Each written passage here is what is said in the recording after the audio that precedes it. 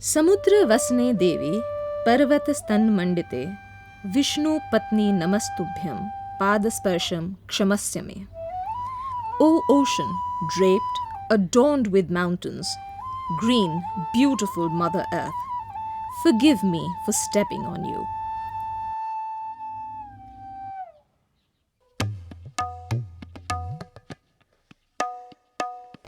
People in the desert village of Khichen in Rajasthan are expectantly waiting for their friends. It must be cold in Mongolia and the time for the demoiselle cranes to undertake their annual expedition. The 7,000-odd residents of Khichen in Rajasthan's Phalori district take it upon themselves to feed over 3,000 kilograms of grain each day to satiate the massive appetite of the hordes of visiting cranes, escaping the winter wrath of their home environments, flying across the Himalaya to visit them for the winter months. The cranes often risk their lives by flying as high as 26,000 feet in altitude to reach the balmy winter climes of western India. In the 1970s, some 100 cranes used to visit the village. This number has now gone up to over 20,000 cranes, and the villagers consider themselves blessed to have these regal visitors come to them each year. In turn, the villagers have begun to host bird watchers, animal lovers, tourists and conservationists from around the world, making Khichen a major birding hotspot in Asia and earning income for some of the homes in the village which have been converted into birding homestays. The Jain villagers in this Thar desert village town adore the cranes as much for their apparent vegetarian eating habits as for their practice of monogamy. There is a quiet understanding and appreciation between the local people and the visiting cranes that seem to revel in the Indian belief of Atithi Devo Bhava. Sanskrit for the guest is equivalent to God. This saying is taken from an ancient Hindu scripture which became part of the code of conduct for Hindu society.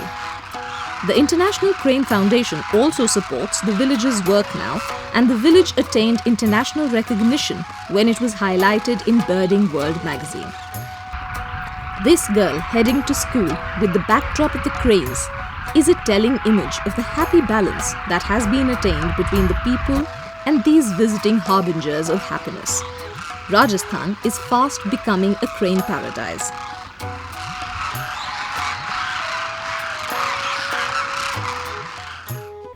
India has an age-old cultural linkage with wildlife and habitat conservation. And while the new India has been coming to terms with population, water, land and other resource pressures, we are slowly turning back to our cultural roots. Carrying along 1.2 billion Indians and balancing the priorities of the natural world is a necessary and worthy challenge for South Asia. India has fabulous geography and colour, a great variety of landscapes, and more diversity in its cultural arena than perhaps any other country in the world. And yet, we all exist in a strange sense of equilibrium with ourselves and our natural environment, finding balance through culture, religion, humanity, and our professions. While our cities may not readily demonstrate this sense of balance, India really is a rural country, and numerous examples across the subcontinent readily illustrate the cultural mindsets that are helping bringing about the involvement of rural Indian communities in the conservation process, not as much through rules, but by going back to our roots. In fact, the entire northeastern region of India is dotted with examples of community stewardship and individual efforts to protect wildlife. Situated in the cusp of Eurasian, tropical and Indo-Malayan biogeographic realms, few countries in the world can boast of a natural heritage as diverse as India. Reverence of nature, respect of its elements, and wise social customs has led to conservation of an incredible variety of plants and animals. The large number of sacred groves across the country stand testimony to the Indian philosophy of man being subordinate to nature. Communities in India have viewed themselves as part of the ecosystem, intricately linked with their fellow creature, whether tree, bird, stream, or even rock. Hence, conservation by communities extends beyond the limited boundaries of areas protected under statutory provisions. Rural communities have been involved in the conservation process around many of the national parks and protected areas of India. A large number of people living in the vicinity of these protected areas and sanctuaries have been made responsible for protecting and conserving forests and even obtained certain minor forest produce rights from the forests that they help protect. While tiger, elephant, rhino and other big game hunting was a popular sport in the late 19th and the first half of the 20th century, for Britishers and the kings and heads of princely states, with independence, a sense of responsibility and a need for national stewardship of our wildlife resources began to shape up. But it was not until the early 70s that India, as a responsible state, started work on conservation issues. The tiger, the most powerful predator on the planet and India's national animal, was sliding towards extinction. Poaching was still taking a toll. The Wildlife Protection Act of 1972 came into force to protect India's wildlife and specially species that were critically endangered. This added a nationwide structure and laws to the newly evolving voice for conservation. In the following year, Project Tiger was launched in 1973 and the tiger was brought under its protection. Over the years, the Ministry of Environment and Forests, with the various forest department wings, ensured that the protected reserves started attaining unique personalities and wildlife tourism gained ground. The wider middle class started visiting national parks instead of just going to hill stations and temple towns. An economy developed around this middle class tourism. Foreign travelers added to the international interest, initially in tiger tourism, but then a wider interest started developing in niche bird, flower and animal species. The next step in the conservation paradigm was the natural need to involve local communities, as they were already invested in their neighborhood forests. A similar example comes from central India from the Kanha Tiger Reserve, home to an important tiger population in the country. This reserve was also notified among one of the first 9 tiger reserves in 1973 under Government of India funded Project Tiger. The authorities work closely with the people of 8 villages in the core area and 165 villages in the buffer zone. Project Tiger has been recognized as one of the most successful conservation efforts globally. From a mere 1,100 tigers left in the wild, the numbers reached 4,300 or somewhere in between at least. Tourist operators have employed trackers and guides who originally hailed from families of hunters. Having been trained, their families now gain support from high-value tourism and conservation. Villagers are employed by the tourism operations. Even the forest department has hired villagers and trackers as forest guards. The Gond tribals readily invite tourists home to see their tribal homesteads, as they know that their family members work in the nearby tourist resorts. They retain their tribal identity with pride and benefit from high-value tiger tourism that brings in salary income, tips and other benefits to their communities. The Bharatpur Okkyoladeo Ghana Bird Sanctuary is a human-made habitat originally created for hunting, but now turned into a conservation wetland, one of Asia's finest. Here, villagers are included as conservationists by acting as guides and birding cycle rickshaw pullers. They even know the scientific names of the herons and bitterns.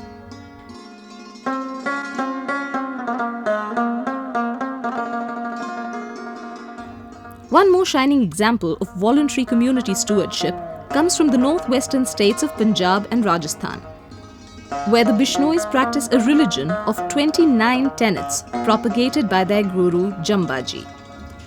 2 of the tenets specify ban on felling of any green tree and killing any animal or bird. The Bishnois therefore do not permit hunting.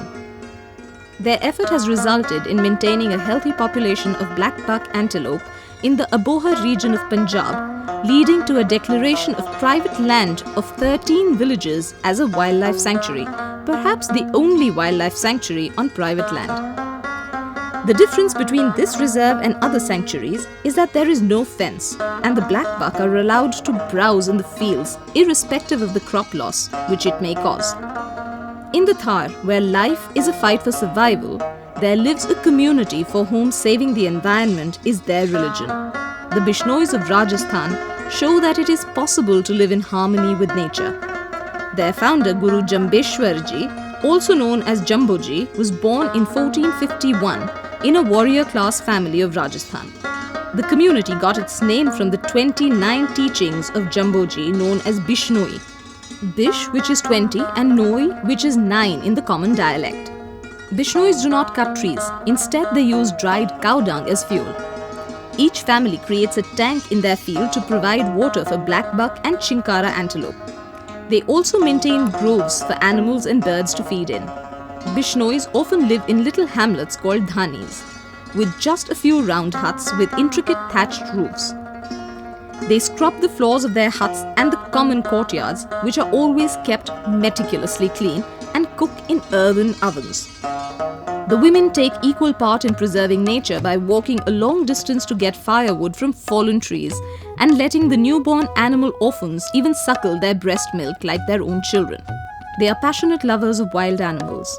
It is because of their protection that in Bishnoi-dominated areas, deer and antelope are seen grazing in the green fields, despite the fact that the state of Rajasthan, where Bishnois mainly live, faces severe water shortage.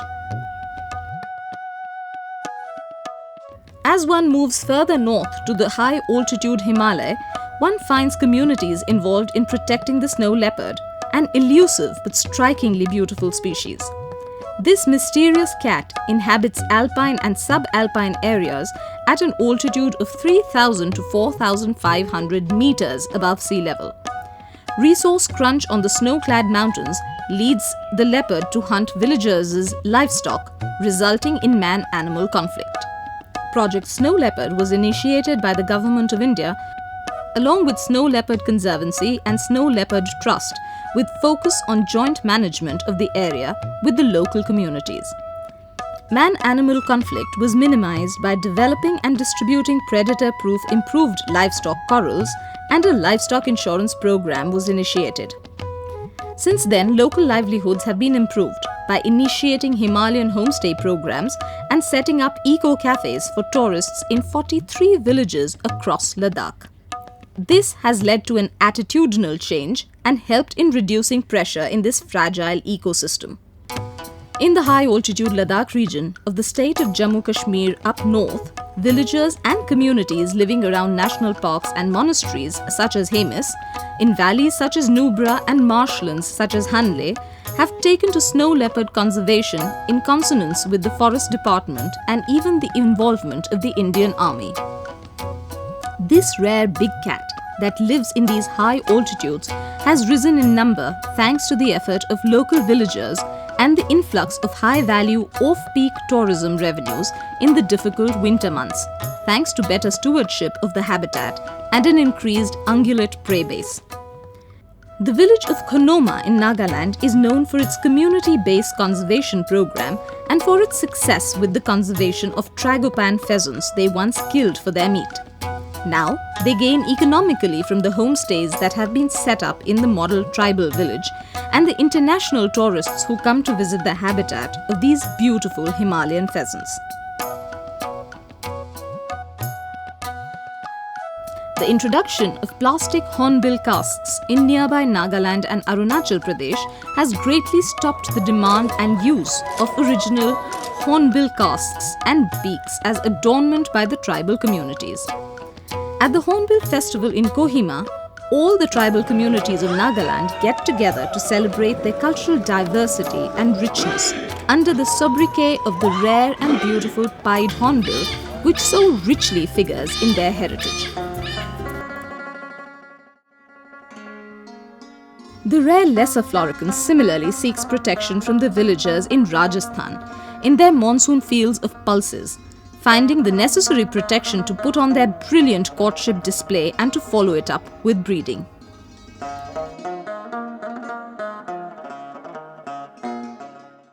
Madras Crocodile Bank, successful private initiative to breed crocodilians. The Croc Bank of Chennai has successfully bred thousands of crocodilians for captive purposes and wild release alike, in a unique private-public partnership that has trained local Irula tribals and others from across Tamil Nadu to get involved in conservation and captive breeding projects.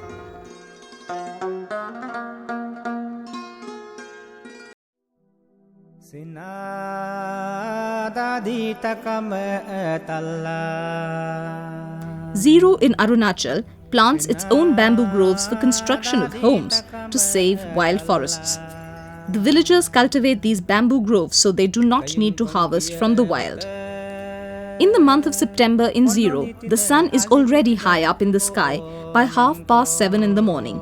In the traditional village homestay at Tajang village, it is time for a traditional Apatani breakfast.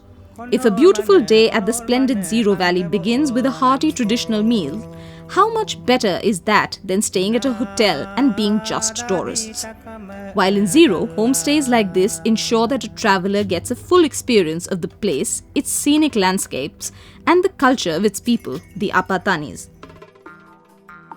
Nunu Zero is a handful of socially active and environmentally responsible Apatani men who formed the community-based NGO in Zero Valley. They have been working towards sustainable development in the area since some time now. It is Nunu Zero who have been setting up these non-profit making homestays devoid of any advertising. The harvesting season is at its peak and the villagers are out in the fields. It is mostly women that one sees harvesting the crop in the rice fields of Zero Valley. Apatanis as a tribe are closely associated with bamboo and rice cultivation. Tajang village has a bamboo grove like every other village in the valley. The bamboo grove of Tajang village is right next to the homestay. The NGO and its members aim for a balanced, sustainable and self-sufficient society which can exist in ultimate harmony with nature around. Their inspiration is the ancient traditions and folklore of the Apatanis, which have always been based on these ideals. Though primarily a rice-cultivating tribe, Apatanis have always had fruit orchards in their backyards and cattle and poultry in their homes. Nunu Zero has adopted a model of tourism which is purely a learning experience, much more enriching than the regular touristy visits. It has evolved as a means of promoting the culture and the very way of life of the Apatanis. Nunu Zero's concept of responsible tourism has been globally recognized. The basics lie in the fact that everyone involved, from tourists to tour operators to the local residents, take responsibility for their actions. This works perfectly for the good of the environment and makes sustainability realizable.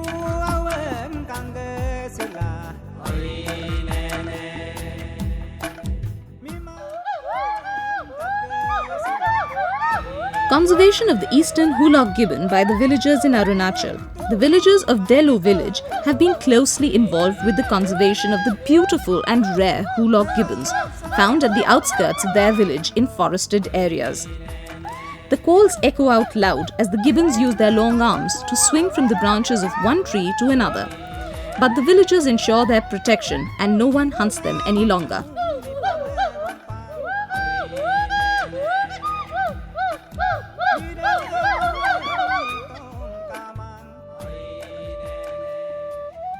Known for its small size, the pygmy hog is the smallest species of wild pig in the world. Scientifically known as Porcula salvania and Nol Gahuri or Takuri Bora in Assamese, it is found only in the grasslands of the Manas Tiger Reserve of Assam in India. With the extinction of tall, wet grasslands in the region, the pygmy hog is currently restricted to a single viable population in the wild in Manas Tiger Reserve and a couple of reintroduced populations in Sonai Rupai Wildlife Sanctuary and Orang National Park, all in northwestern Assam. The pygmy hog is also mentioned in the red list category of the IUCN and is categorized as critically endangered, putting it among the most threatened of all mammals.